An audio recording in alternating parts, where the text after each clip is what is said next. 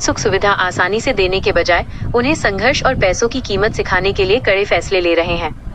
Film निर्देशक फराह खान ने एक पॉडकास्ट में कहा था कि जब वे बिजनेस क्लास में यात्रा करती हैं, तो उनके बच्चे इकोनॉमी क्लास में पीछे बैठते हैं।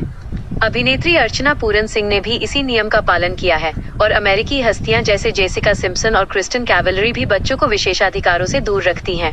इस तरह की टफ पेरेंटिंग का मुख्य उद्देश्य बच्चों को कृतज्ञता, ग्रेटिट्यूड सिखाना और ये समझाना है कि विशेषाधिकार मुफ्त में नहीं मिलते, बल्कि उन्हें कमाना पड़ता है। मुंबई की कास्टिंग डायरेक्टर श्रुति महाजन बताती हैं कि उनकी 19 साल की बेटी के पास हमेशा से बुनियादी सुविधाएं रही हैं, लेकिन उन्होंने कभी बच्चे को विशेषाधिकारों का आदी नहीं बनाया। श्रुति खुद काम करने वाली मां होने के बावजूद अपनी बेटी को स्कूल से खुद पिक करती थी ताकि क्वालिटी टाइम मिल सके। उनका मानना है कि सम्मान और आराम मुफ्त में नहीं मिलते, बल्कि इसके लिए मेहनत करनी पड़ती है। हालांकि मनोवैज्ञानिक डॉक्टर उपासना चड्ढा विज चेतावनी देती हैं कि बच्चों को जानबूझकर कम सुविधाएं देना हमेशा कृतज्ञता पैदा नहीं करता। यदि बच्चे को ये कहा जाए कि तुम इसके हकदार नहीं हो क्योंकि तुमने इसे कमाया नहीं है, तो ये तरीका दंडात्मक और शर्मिंदा करने वाला बन सकता है, जिससे बच्चों के मन में हीन भावना या भेदभाव पैदा हो सकता है।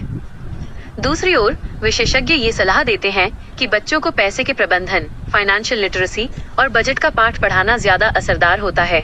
अहमदाबाद की निशिता शाह ने अपनी बेटी को एक ट्रेंडिंग स्टैनले की बोतल पाने के लिए खुद काम करने और पैसे कमाने को कहा, जिससे उसे चीजों की कीमत समझ आई। इसी तरह यस मैडम के सीईओ मयंक आर्या ने लिंक्डइन पर साझा किया कि उन्होंने अपनी बेटी को वियतनाम की यात्रा पर बिजनेस क्लास में सफर कराया ताकि वो संघर्ष का मतलब समझ सके और खुद उस मुकाम को हासिल करने की प्रेरणा पा सके।